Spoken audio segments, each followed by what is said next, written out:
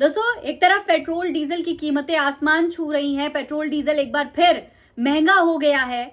लेकिन दूसरी तरफ हमारा गोदी मीडिया है, हमारे देश का मीडिया जिसे चौथा स्तंभ कहा जाता है इस देश का, वो अपनी चाटुकारिता के काम पर एक बार फिर से लग गया है। एक बार फिर इस काम पर लगा दिया गया है उन्हें कि भैया आओ, प्राइम टाइम में आओ और समझाओ देश की जनता को कि ये कोई जो डीजल महंगा हुआ है, पेट्रोल महंगा हुआ है, इससे कोई फर्क नहीं पड़ता, कोई फर्क नहीं, कोई बहुत ज्यादा महंगा थोड़ी हो गया है। इस तरीके का काम कर रही है देश की गोदी मीडिया, नीचता की हर हद पार करते हुए अब देश की जनता की परेशानियों का मजाक उड़ा रही है इस देश की गोदी मीडिया। लेकिन इस बार जनता ने भी खूब अच्छे से गोदी मीडिया को जवाब दे दिया है, कायदे से बताया है कि भाई गोदी मीडिया की चाटुकारिता अब लंबे समय तक चलने वाली नहीं है। क्या कुछ हुआ है, किस तरीके से गोदी मीडिया ने इस देश के चौथे स्तंभ को तोड़कर रख दिया है, सब कुछ बताएंगे आज के इस वीडियो में विस्तार से, इसलिए वीडियो को पूरा जरूर देखिएगा। सलाम नमस्ते, मेरा नाम फरीन अंसारी है और ये खबर आप फरीन अंसारी ऑफिशियल पर देख रहे हैं।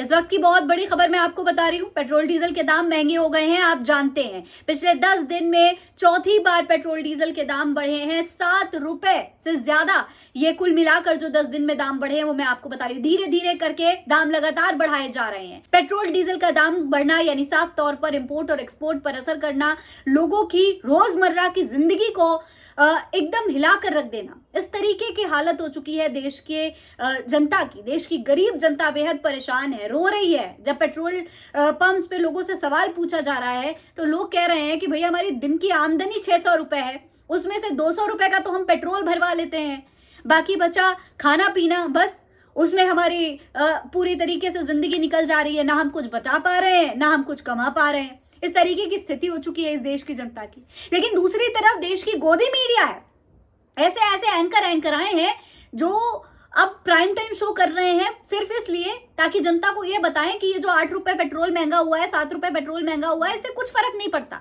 देश की जनता की आमदनी पर कोई असर नहीं पड़ेगा। चित्रा त्रिपाठी को तो आप जानते ही हैं। चित्रा त्रिपाठी ने बाकायदा शो कर दिया ये एक्सप्लेन करते हुए कि पेट्रोल डीजल के दाम महंगे होने से कोई खास फर्क नहीं पड़ता। देखिए किस तरीके से समझाया जा रहा है।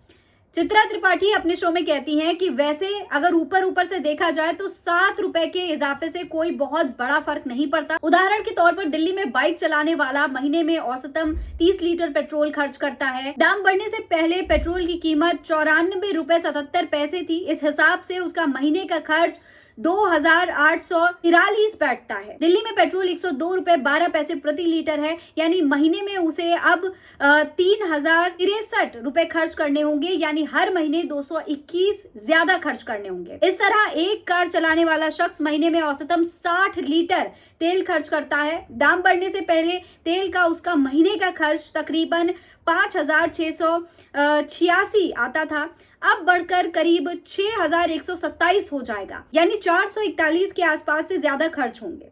लेकिन ये सिर्फ एक कैलकुलेशन है, महंगाई की कहानी सिर्फ इतनी भर नहीं है। आपकी क्या राय है? ये कहना है चित्रा त्रिपाठी का। दोस्तों, इस तरीके से समझा रही हैं कि भैया ये जो पेट्रोल डीजल महंगा हुआ है उससे कोई ज्यादा फर्क नहीं पड़ा। लेकिन जनता इस पर क्या कह रही है उस पर आपको गौर करना चाहिए। जनता ने खुद इसका जवाब दिया है। देखिए, योगेश लिखते हैं कि मैडम आप अपने आप को आईने में कैसे देख पाती होंगी, आपको घिन तो आती ही होगी अपनी पत्रकारिता को देखकर। प्रवीण कुमार लिखते हैं कि सीधे बीजेपी ज्वाइन कर लो, क्यों पत्रकारिता का नाटक कर रहे हो। 1 रुपए यदि पेट्रोल डीजल बढ़ता है तो ढुलाई बढ़ जाती है और फिर हर खाने पीने की चीज में इजाफा हो जाता है, और आप एक प्रवक्ता की तरह सरकार की गुणगान गा रही हैं। डीजल पेट्रोल दाम बढ़ने का असर ट्रकों पर पड़ता है, ये सब जानते हैं।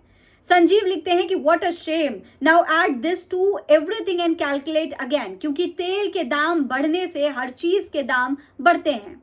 विवेक कहते हैं कि मैडम सिर्फ ऑयल ही नहीं महंगा हुआ, उसकी वजह से और भी चीजें महंगी हो चुकी हैं, उसका क्या करेंगे। एक और पेज लिखता है कि 7 रुपए से कोई फर्क क्यों नहीं पड़ता, तुम्हारी तरह सबको दलाली या हराम का पैसा नहीं मिलता है। आलोक लिखते हैं गोदी मीडिया फायदे बता रही है, मजे लो, पेट्रोल डीजल के दाम बढ़ने पर इतनी बेशर्म मीडिया कभी नहीं हुई भारत में। इस तरीके से तमाम लोग जो है चित्रा त्रिपाठी को लथाड़ते हुए दिखाई दे रहे हैं, साफ साफ कह रहे हैं कि भैया आपने तो गोदी मीडिया गोदीगिरी की हर हद पार कर दी है। जिस तरीके से चित्रा त्रिपाठी बात कर रही है उस तरीके से लग रहा है कि भारतीय जनता पार्टी का कोई प्रवक्ता है जो ज्ञान दे रहा है आकर कि भैया हमारी सरकार ने अगर महंगा कर दिया तो कोई फर्क नहीं पड़ता, इससे ज्यादा असर थोड़ी होगा। कोई दिक्कत नहीं है, ये तो हो ही रहा है पूरी दुनिया में।